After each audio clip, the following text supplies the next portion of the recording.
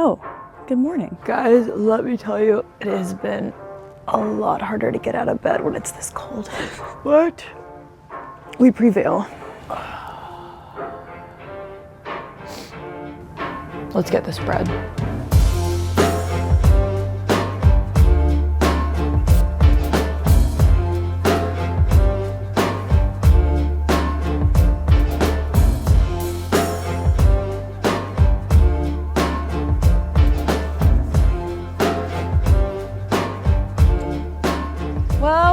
Well. Welcome to a freezing day, actually below freezing day, in my life here in New York City. Okay, I can't make this intro as long as usual because, look, I'm not even kidding. When I say freezing, it has not gone above freezing for a while now, so these blocks are just frozen solid on every single piece of my furniture. Yeah, I should probably actually, I don't know if that's good. So without further ado, I'm gonna go back inside. We are going around today. We're doing a combination of, what are we doing? A combination of exploring New York City to the extent that is reasonable and actually getting some stuff done. So let's go do it. There is a life I lead in this city, hurrying to cut my teeth. I can take what I need to get by. It doesn't make it easy. The other piece of my heart moves slow, somewhere in the greater. It's cold. But I just prefer when the sky is blue instead of gray, even though these are the coldest days.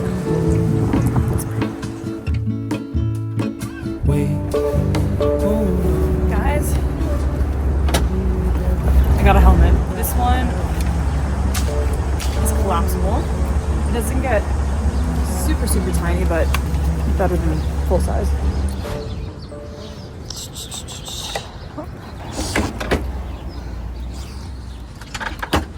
Oh, I cannot do that with one hand. Alright, just docked my city bike right outside Gramercy Park. I wish I could go in there so bad. I mean, I could see what it looks like, but it's only open to residents.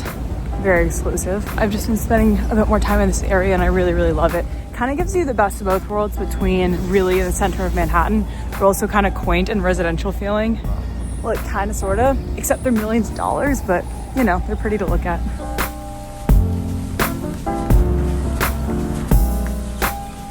Improv. Hey, what's going on, guys? It's a beautiful cold day here in New York, but you know what? You brighten my days. I just love that. Tony You do. No, I feel warmer already. You're the best. Oh my God. Completely walking out of my WeWork, running. I'm like, Tony! Within a block. Yeah. He's recognized by, what, like dozens of people. This guy. I mean, this guy. a few people.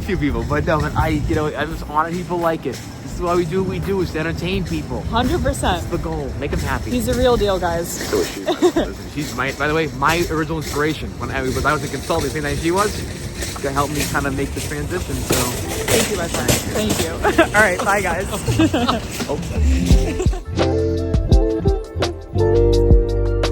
Very famous ice cream spot in the city, Cafe Pana.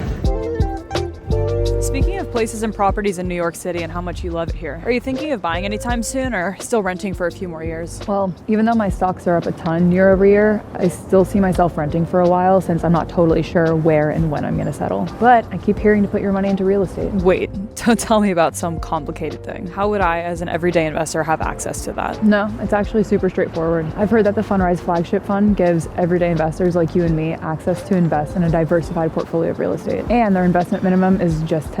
But I can't take on any more projects right now. How would I even start? I'm all about automating things and creating passive income this year, and that's what makes it different. Their expert team identifies opportunities and handles the back end for us. And you just get to sit back and view the updates as your portfolio acquires new projects. Just like with other investments, the more you put in, the more you could potentially gain in the form of dividends. Interessante. I'll set that up sometime soon then. The whole thing takes like 5 minutes to create an account and start investing, so you could do it right now on our walk. Just click the link in my description. Thanks to the Fundrise Flagship Fund for making this video possible. Already signing up.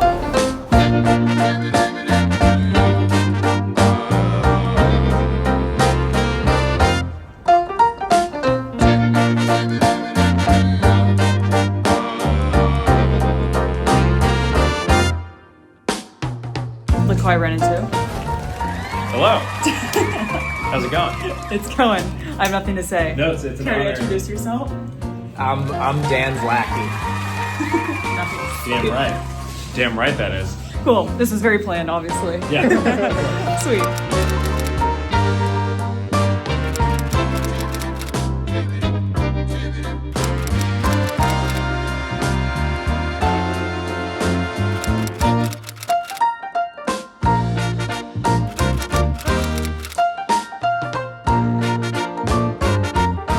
Filming in public in a coffee shop, so kind of whispering into my microphone. But for the first time ever, I am hiring. By the time this video goes live, I will have posted this job application. This is for my first ever video editor, and I just wanted to talk to you guys a little bit about my thinking on this. So for the longest time, I have always followed the approach of doing everything myself because that's the only way it'll get done the way that I want it to. And honestly, I still think that's kind of true, but I've got to the point where I am stalling my own growth by not evolving my mindset on this. Okay, I just got way too self-conscious filming it there earlier, which is funny because now there's way more people around, but I don't know, diffusion of responsibility, I guess. Basically, my point was that I have, believe it or not, maxed out the amount of videos that I can produce and make all by myself while still feeling like they're high quality, well edited, not rushed, and leaving myself time for maintaining my health and a personal life. If I dropped those two things at the end there, I could make more, but I refuse to do that. And so to reach the goals that I have set for myself, I simply need more hours back in my day. So what I'm hoping to get out of this hire is exactly that, something resembling the 10-80-10 rule, which is something I learned about in Buy Back Your Time, which is the book I just read. Okay, so the 10-80-10 rule, as Dan Martell writes, is a simple technique you can use when you still want to be involved with the end result, but you don't need to do all the work on your own. Think of designing the cake versus decorating it. Then, after the majority of the work is done, you come in to add a few special touches. So, how this would apply to me in the case of hiring a video editor, I would do the ideation quite a bit more. I would do the script writing, the filming, and the initial rough cut of the video. Then I would have an editor come in and add some of the fine-tune edits. And then finally, I would come in and add my special touches. There's no way I will ever let go of 100% of the edit. I love doing it too much. I care about it too much, but I think it's time to enlist a little bit of help to get more hours back and then hopefully make even more videos and be able to work on other things as well. So I think what is probably realistic for me in editing one of my videos is more like 20, 50, 30. I'd be happy with that, but we'll see, you know?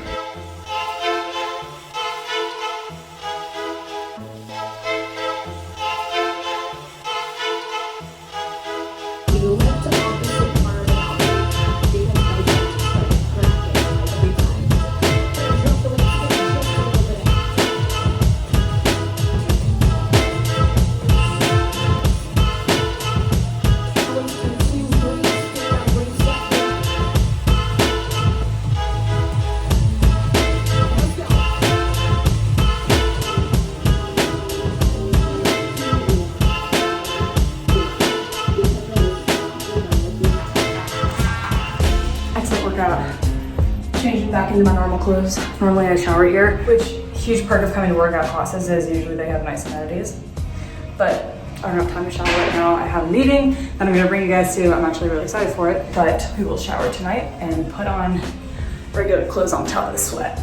All right, back on the streets. I've started doing that more, just shamelessly working out in the middle of the workday, which has been amazing. Like I just go back to work afterwards and I feel like I'm paying attention to my energy levels, and if I feel like I need to move my body in that moment, I don't care if it's 3 p.m. anymore, I just do it. And I always try to remember to bring protein shake or snack to eat afterwards. Forgot today, so I got one of the overpriced smoothies, but they're good, and this has 38 grams of protein. Good one meeting.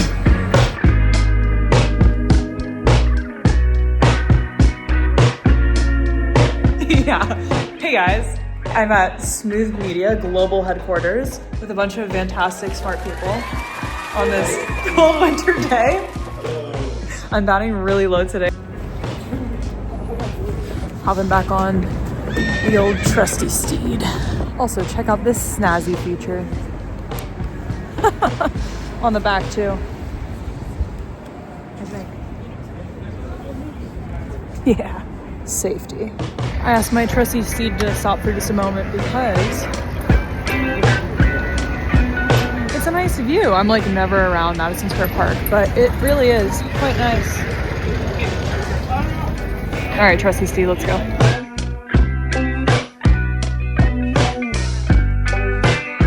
Sometimes I keep my helmet on for a while after I dock my bike just because I don't want to go through the whole song and dance of taking it off in the cold. It's a song and dance, okay? I swear. And for those of you who doubted me for not having showered after berries, which I admit, unideal, all the juices or anything, it's like, it's in here, it's not, I still smell good. And anyway, the reason I bring this up is because one of my friends at the Smooth office told me on my way out that I smelled good. I just thought you should know. My perfume from the morning, it just stays in my hair. That's the trick. You gotta spray it in your hair so when you're giving someone a hug or doing your thing, they can smell it. Okay, totally irrelevant.